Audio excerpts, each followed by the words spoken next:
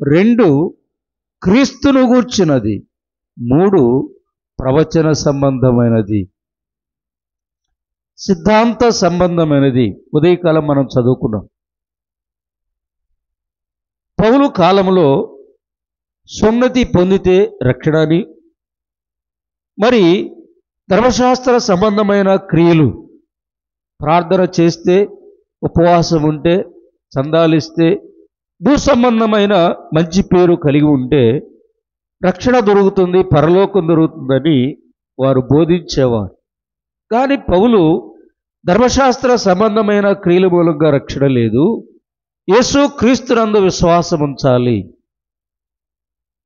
నమ్మిన వారికి రక్షణ కలుగుతుంది, పాప క్షమాపణ కలుగుతుందని తేటగా బోధించాడు పౌలు. నమ్మువారు ఆయన కృపచేత ఉచితముగా నీతిమంతులుగా తీర్చబడుచున్నారు, మనం చదువుకున్నామని. కనుక నమ్మాలి, విశ్వసించాలి. రెండవదిగా యేసు ప్రభువు నమ్ముకున్నవారు బాప్తిసం పొందాలి. ముందు నమ్మాలి, తర్వాత బాప్తిసం పొందాలి. నమ్మిన వారు బాప్తిసం పొందాలి. ప్రభు చెప్పాడు, మీరు సర్వలోకానికి వెళ్ళి సర్వ సృష్టికి సువార్తను ప్రకటించండి, నమ్మి బాప్తిసం పొందినవాడు రక్షించబడరు. ముందు నమ్ముట, తర్వాత బాప్తిసం పొందుట. బాప్తిసం పొందినవారు ప్రభువు బలలో, ఆరాధనలో పాలు పొందాలి. ఎప్పుడూ ప్రతి ఆదివారం నెలకు ఒకసారి కాదు, 3 నెలలకు ఒకసారి కాదు, 6 నెలలకు ఒకసారి కాదు, సంవత్సరానికి ఒకసారి కాదు, సంఘము ప్రతి ఆదివారము వారు ప్రభువును ఆరాధిస్తారు. రొట్టె విరుచుట యందు ఎడతెక్క ఉండిరి, వాక్యములో మనం చదువుకున్నాం. ఇది సిద్ధాంత సంబంధమైనది, సంఘ సిద్ధాంతం అంటారు, క్రిస్టియన్ డాక్ట్రిన్. రెండవది క్రీస్తును గూర్చినది. అపోస్తుల బోధలో ఉన్న సారాంశము క్రీస్తును గూర్చి ఉన్నది. అపోస్తులు దేని గురించి ప్రకటించారు, ఎవరి గురించి ప్రకటించారు? చదువుకుందాం. అపోస్తుల కార్యములు 2వ అధ్యాయము 22 చదువుతున్నారు. 2:22 ఇశ్రాయేలు వారులారా, ఈ మాట వినుడి, దేవుడు నజరేయుడగు యేసు చేత అద్భుతములను, మహత్కార్యములను, సూచక్రియలను మీ మధ్య చేయించి. కనుక అపోస్తులు ఏం బోధించారు? క్రీస్తును గురించి బోధించారు, యేసును గురించి బోధించారు, ప్రభువును గురించి బోధించారు, ఆయన చేసిన అద్భుతమైన కార్యాల గురించి బోధించారు. అపోస్తుల బోధలో ఉన్న రెండవ విషయము క్రీస్తును గూర్చి, యేసు ప్రభువును గూర్చే వారు బోధించారు, యేసు ప్రభువును గూర్చే వారు ప్రకటించారు. మనము చదువుకుంటూ పోతే 2వ అధ్యాయము 36, అపోస్తుల కార్యములు 2వ అధ్యాయము 36, మీరు సిలువ వేసిన ఈ యేసునే దేవుడు ప్రభువుగాను క్రీస్తుగాను నియమించారు. అపోస్తులు బోధించిన బోధలో సిలువ వేసిన క్రీస్తును బోధించారు, నజరేయుడైన యేసును బోధించారు, ఆయన అద్భుతాలు బోధించారు, సూచక్రియలు బోధించారు.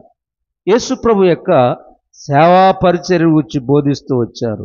ఎవరు? అపోస్తులు. అంత మాత్రమే కాదు, వారు బోధించిన బోధలో 38 పేతురు మీరు మారు మనసు పొంది, 2:38 పాపక్షమాపణ నిమిత్తం ప్రతివాడు యేసుక్రీస్తు నామమున బాప్తిసము పొందాలి. ఏ నామము? యేసుక్రీస్తు నామము. యేసు పరిశుద్ధ నామము నాకు ఎప్పుడు అధిక స్తోత్రమే. యేసు పరిశుద్ధ నామము నాకు ఎప్పుడు అధిక స్తోత్రమే. 3:6 అపోస్తుల కార్యం 3:6 అంతటా పేతురు, వెండి బంగారం నా యొద్ద లేవు గాని నాకు కలిగినదే నీకు ఇచ్చుచున్నాను, నజరేయుడైన యేసుక్రీస్తు నామమున నడువుమని చెప్పి. ఏ నామమున? యేసుక్రీస్తు నామం. యేసుక్రీస్తు నామం. యేసుక్రీస్తు నామము వారు ప్రకటించింది యేసుక్రీస్తు నామం, బాప్తిసం ఇచ్చింది యేసుక్రీస్తు నామం, స్వస్థపరిచింది యేసుక్రీస్తు నామం. ఏ కార్యం చేసినా కూడా ఏ నామములో? యేసు ప్రభు, యేసు ప్రభు, యేసు ప్రభు, యేసు ప్రభు. 3:13 అండి. 3:13 ముందు 12 చదువుతున్నాను. 3:12 పేతురు దీనిని చూచి ప్రజలతో ఇట్లనెను. అంటే పేతురు మాట్లాడుతున్నాడు. 13 వచనం. 13 దేవుడు అనగా మన పితల దేవుడు తన సేవకుడైన యేసును మహిమపరచి ఉన్నాడు. పేతురు ఏం మాట్లాడుతున్నాడు? ఏం మాట్లాడుతున్నాడు? తన సేవకుడైన యేసును గురించి మాట్లాడుతున్నారు, యేసును గురించి ప్రకటిస్తున్నారు. మనము క్రొత్త నిబంధనలో మనం చదువుకుంటే అపోస్తుల బోధలో ఉన్నటువంటి సారాంశం అంతా యేసు ప్రభువును గురించే. యేసు ప్రభువును గురించే, యేసు ప్రభువును గురించే. తర్వాత 22 చదువుతున్నారు. అపోస్తుల కార్యం 3:22 మోషే ఇట్లనెను, ప్రభు అయిన దేవుడు నా వంటి ఒక ప్రవక్తను మీ సహోదరులను మీ కొరకు పుట్టించును. పేతురు ప్రసంగం చేస్తూ ఎప్పుడో మోషే చెప్పాడే ఆ మాట ఇక్కడ చెప్తున్నాడండి. ఎవరు? పేతురు. మోషే చెప్పిన మాట ఇప్పుడు చెబుతున్నాడు పేతురు. పేతురు ప్రసంగంలో మోషే చెప్పిన దాని గురించి చెప్తున్నాడు. రండి ద్వితీయోపదేశకాండం. మోషే ఎప్పుడు చెప్పాడు? ద్వితీయోపదేశకాండం 18వ అధ్యాయం.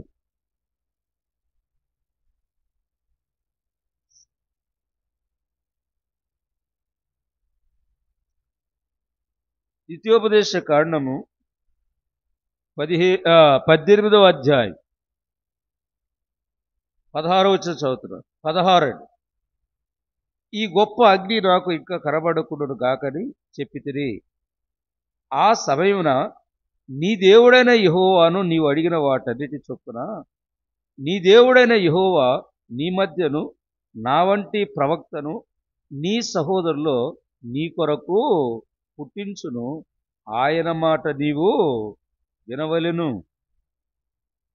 ఇక్కడ మరలా 18 వారి సహోదరులో నుండి నీ వంటి ప్రవక్తను వారి కొరకు పుట్టించెదను. దేవుడు మోషే ద్వారా పలికించిన మాట మోషే చెప్తున్నాడు ఈ మాట.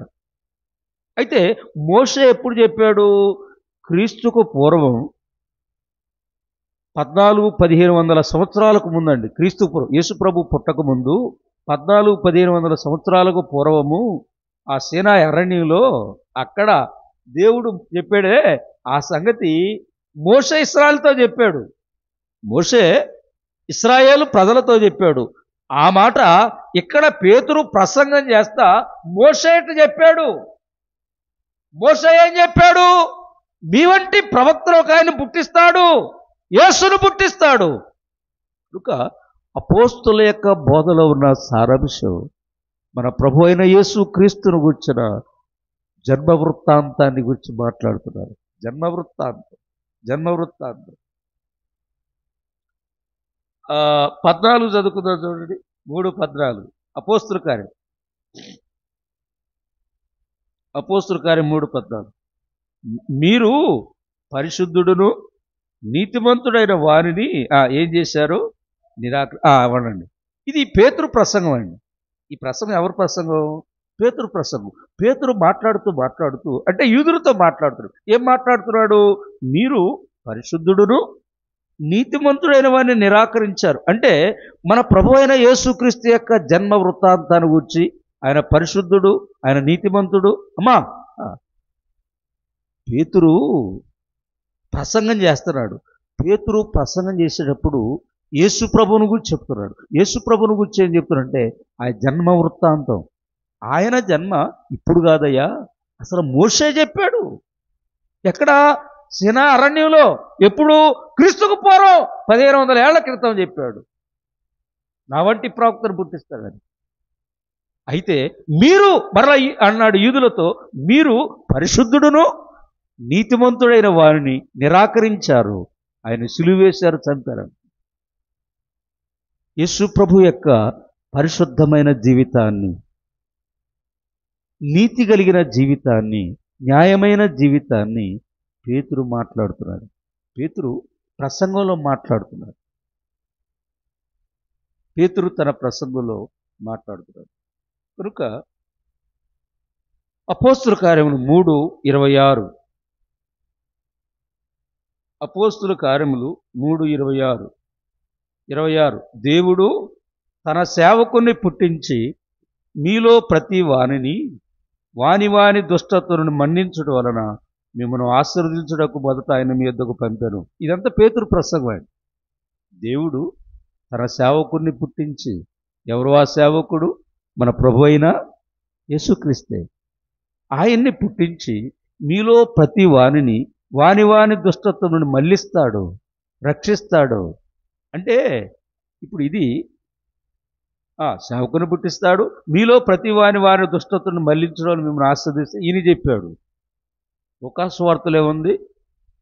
కన్యక గర్భవతి కుమారుని కనును, ఆయనే తన ప్రజలను వారి పాపము నుండి రక్షించును గనుక ఆయనకి యేసు అను పేరు పెట్టుడు.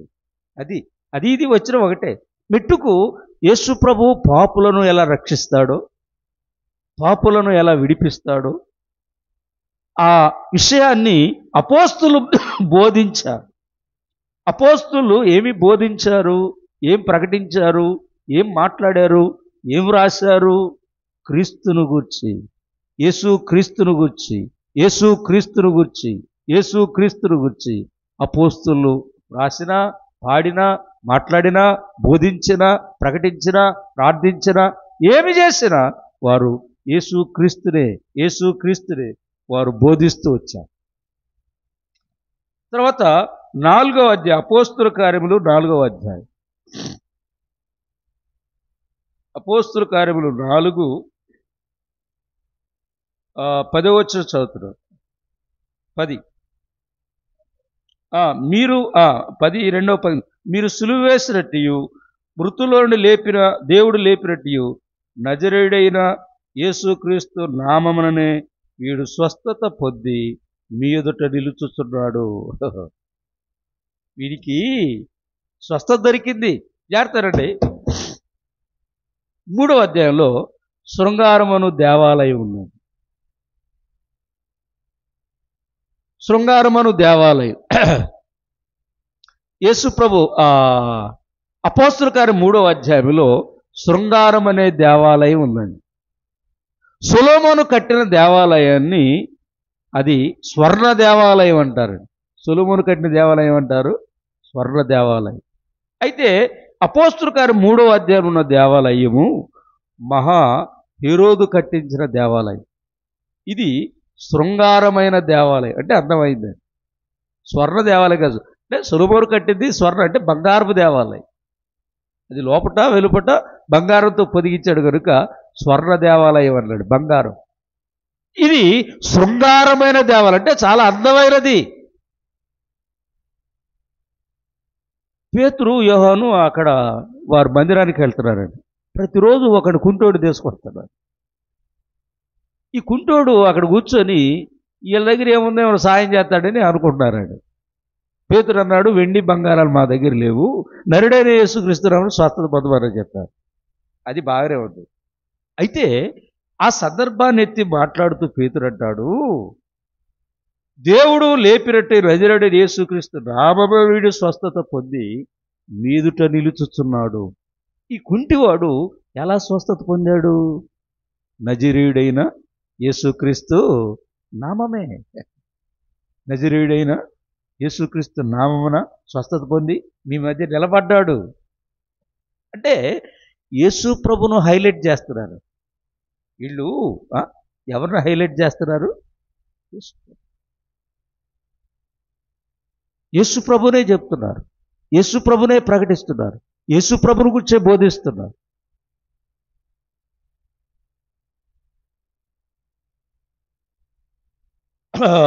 చదువుకుందాం.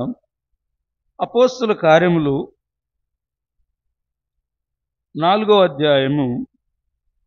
అపోస్తుల కార్యము 4వ అధ్యాయం 30వ వచనం.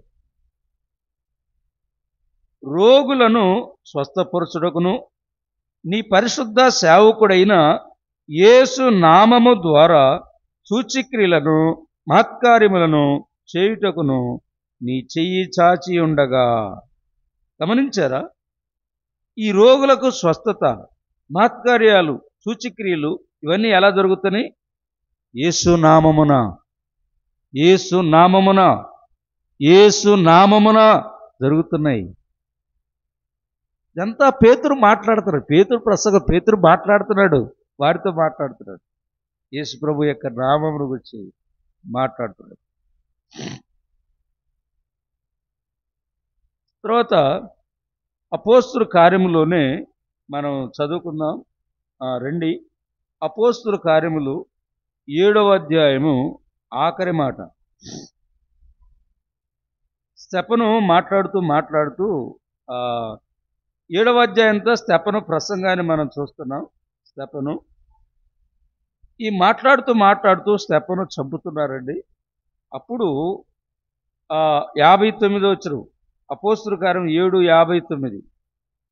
ప్రభువును గూర్చి మొర్రపెడుచు, యేసు ప్రభువా నా ఆత్మను చేర్చుకోమని స్టెఫను పలుకుచుండగా. స్టెఫను రాళ్ళు చంపుతున్నారు. స్టెఫను చచ్చిపోతున్నాడు. స్టెఫను చచ్చిపోయేటప్పుడు ఎవరికి ప్రార్థన చేస్తున్నాడు? యేసు ప్రభువు ప్రార్థన చేస్తున్నాడు. వారందరూ ఆశ్చర్యపోయి, ఎవరు వీడు చచ్చేటప్పుడు కూడా యేసును గుర్తు చేస్తున్నాడు. యేసు వీడు చచ్చిపోతా కూడా ఎవరిని పలుకుతున్నాడు? యేసును గురించి. వారందరూ రాళ్ళు తీసుకొని చంపారు. స్టెఫను రాళ్లతో కొట్టబడి చంపబడ్డాడు. అయితే అతడు చనిపోతూ కూడా యేసును గూర్చే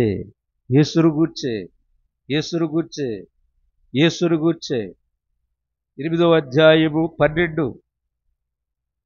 అపోస్తుల కార్యం 8:12. అయితే ఫిలిప్పు దేవుని రాజ్యమును గూర్చియు యేసుక్రీస్తు నామమును గూర్చియు సువార్త ప్రకటించుచుండగా వారు అతన్ని నమ్మి పురుషులను స్త్రీలను బాప్తిసము పొందిరి.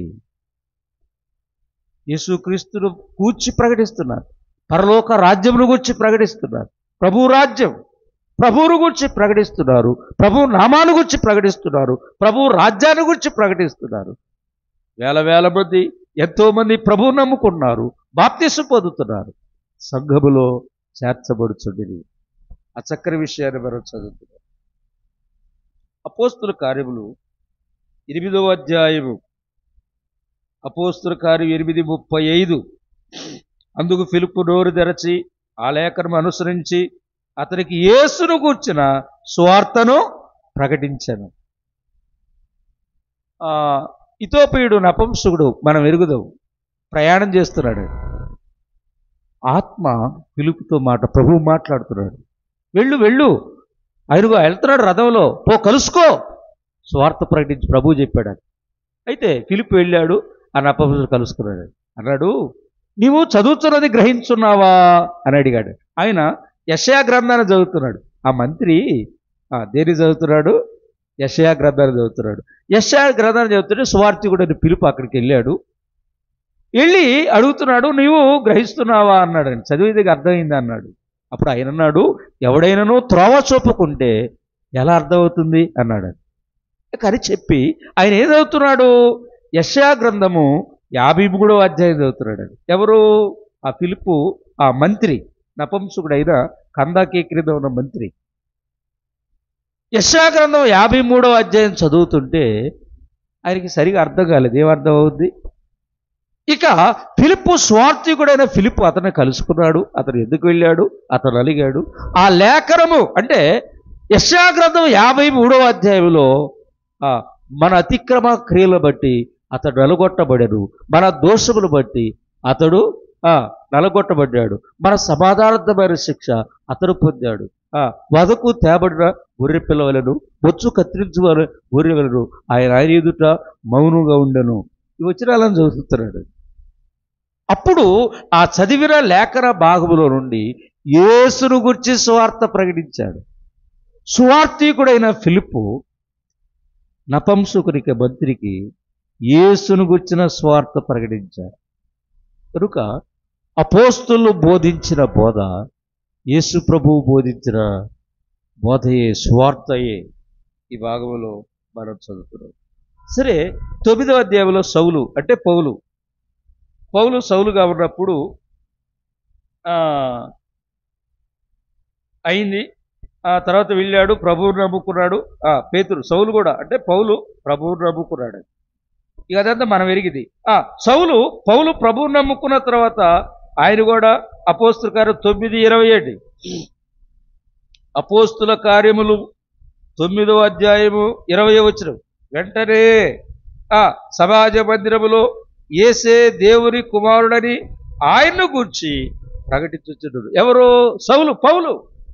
అపోస్తులైన పౌలు సౌలుగా ఉన్నవాడు పౌలుగా మార్చబడి ఇప్పుడు ప్రభు అయిన యేసు క్రీస్తు గురించి స్వార్థ ప్రకటిస్తున్నాడు. వాళ్ళకి ఆశ్చర్యమైపోయింది. పౌలు ఈ సౌలు స్వార్థ మాట. ఇప్పుడు ఇక్కడే 9:22 అండి, అపోస్తుల కార్యం 9:22. అయితే సౌలు మరి ఎక్కువగా బలపడి ఈయనే క్రీస్తు అని రుజువు పరిచాడు. యేసుక్రీస్తు ప్రభువు.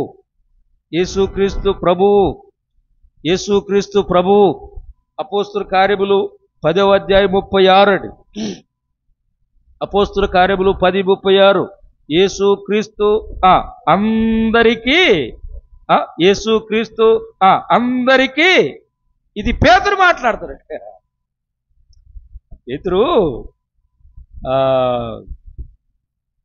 కొర్నేలు దగ్గరికి దేవుడు పంపాడండి. కొర్నేలు ఎవరు? అన్యుడండి. పేతురు వచ్చి సువార్త చెప్తాడు. ఏం చెప్పాడు? యేసుక్రీస్తు అందరికీ ప్రభువును గురించి చెప్పినప్పుడు ఆయన ప్రభువును నమ్ముకున్నాడు, రక్షణ పొందాడు, బాప్తీసం పొందారు. 48 అండి, 10:48 యేసుక్రీస్తు నామమున వారు బాప్తీసం పొందవలెను ఆజ్ఞాపించారు. యేసుక్రీస్తు నామమున వారు బాప్తీసం పొందారు. కనుక సోదరులారా, సోదరులారా, అపోస్తులు బోధించిన బోధయే యేసుక్రీస్తును గుర్చినటువంటి బోధని దైవ గ్రంథములో మనం చదువుతున్నాం. మనము అపోస్తుల కార్య గ్రంథాలు మనం చదువుతున్నప్పుడు చాలా శ్రేష్టమైన విషయాలు, చాలా చక్కని సంగతులు వ్రాయబడ్డాయి. ఇక అన్నీ మనం చదువుకోలేం. కానీ కొరింథీ పత్రిక రండి, లేక చివరికి వద్దాం. అపోస్తుల కార్యములు చివరి చదువుకొని కొరింథీ పత్రిక వద్దాం.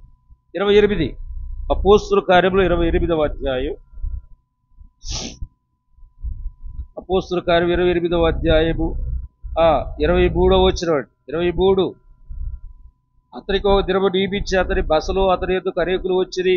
ఉదయమున సాయంకాలం వరకు దేవుడు రాజ్యము గురించి పూర్తిగా సాక్ష్యం ఇచ్చచ్చు మోషే గ్రంథములో నుండి ప్రవక్తలలో నుండి సంగతులెత్తి యేసును గూర్చి వివరముగా బోధించుచు వారిని ఒప్పించుచుండెను. ఇక్కడ పౌలండి, అపోస్తులైన పౌలు ఆయన రోమాకు వచ్చినప్పుడు దేవుని వాక్యాన్ని ప్రకటిస్తూ యేసును గూర్చిన సంగతులు వివరముగా అపోస్తుల కార్యము 28:31 ఆఖరి అధ్యాయము ఆఖరి వచ్చును. అపోస్తుల 28 ఆఖరి అధ్యాయం ఆఖరి వచ్చును. ఏ ఆటంకము లేక పూర్ణ ధైర్యముతో దేవుని రాజ్యమును గురించి ప్రకటించుచు ప్రభు అయిన యేసు క్రీస్తును గుర్చిన సంగతులు బోధించుచు ఉండెను అన్నారు. కొరింథీ పత్రిక మొదటి పత్రిక 2వ అధ్యాయము మొదటి 2 వచనాలు. కొరింథీ మొదటి పత్రిక 2వ అధ్యాయము మొదటి 2 వచనాలు. సహోదరులారా, నేను మీ యొద్దకు వచ్చినప్పుడు వాక్చాతుర్యంతో గాని జ్ఞానాతిశయముతో గాని దేవుని మర్మమును మీకు ప్రకటించవచ్చిన వాడును కాను. నేను యేసుక్రీస్తును అనగా సిలువ వేయబడిన యేసుక్రీస్తును తప్ప మరి దేనిని మీ మధ్య ఎరకుదరని నిశ్చయించుకుంటుంది.